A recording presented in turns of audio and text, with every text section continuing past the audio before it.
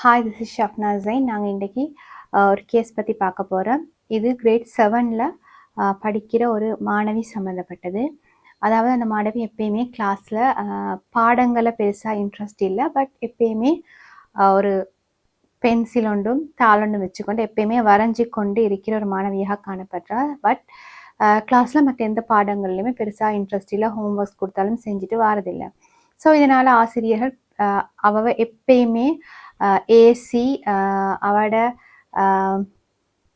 இந்த வேலையை, இந்த ஆர்ட் வரைகிறது மட்டுமா அவங்களோட லைஃப்பில் செய்ய போகிறீங்க, இதுவாக முக்கியம், படிக்கிற நேரத்தில் படிக்கலாமே, அப்படி மிச்சம் தேவையில்லாத வார்த்தை பிரயோகங்களை பிரயோகித்து பிள்ளையை மட்டம் தட்டுற செயற்பாடு தொடர்ச்சியாக நடக்குது.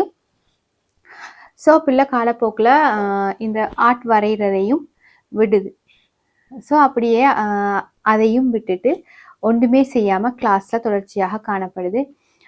ஸோ இந்த பிள்ளைய நாங்கள் ஐடென்டிஃபை பண்ணி பேசுகிற அந்த பிள்ளை சொன்னது, எனக்கு உண்மையாக படிக்கிறதுல இன்ட்ரெஸ்டே இல்லைன்னா படிக்கவும் இயலாது, பட் நான் நல்லா சித்திரம் வரைவேன். உண்மையாக அந்த பிள்ளை நல்லா சித்திரம் வரைகிற ஒரு கேர்ள் தான்.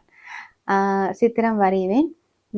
பட் இந்த டீச்சர்ஸ் படிக்காமல் நீ சித்திரம் வரைஞ்சி கொண்டிருக்கிறா, இதான் முக்கியம் அப்படின்ட்டு நிறைய தடவை என்னை யோசிக்கிறாங்க. ஸோ நான் அதை விட்டுட்டேன். அதால் சும்மா ஏச்சு கேட்க தேவையில்லைன்றதால நான் அதை விட்டு இப்போ வரைகிறதே இல்லை அப்படின்னு அந்த பிள்ளை சொல்கிறத நாங்கள் பார்த்தோம்.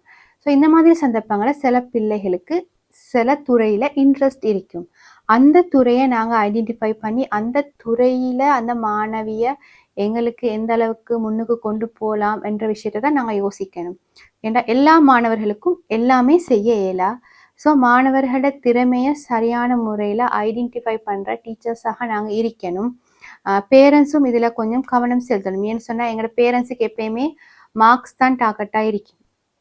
புள்ள எல்லா பாடமும் நல்லா படிக்கணும், எல்லா பாடத்துலையுமே 100% மார்க்ஸ் எடுக்கணும் என்ற ஒரு மைண்ட் செட்டில் தான் உண்மையாகவே பேரண்ட்ஸ் காணப்படுறாங்க. பட் இது எல்லா பிள்ளைகளுக்கும் ஒர்க் அவுட் ஆகாது. எல்லா பிள்ளைகளும் 100 மார்க்ஸ் எடுத்தால் மற்ற வேலைகளை செய்கிறதுக்கு யாருமே இல்லை. ஸோ நாங்கள் அதை கொஞ்சம் புரிஞ்சுக்கணும். ஸோ பிள்ளைகளோட திறமைகள் என்ன, அவங்க எதில் இன்ட்ரெஸ்ட் இருக்குன்னு பார்த்து அதுக்கேற்ற வகையில் அவங்களோட இலக்குகளை சரியான முறையில் அமைச்சுக்க நாங்கள் வழிகாட்டணும்.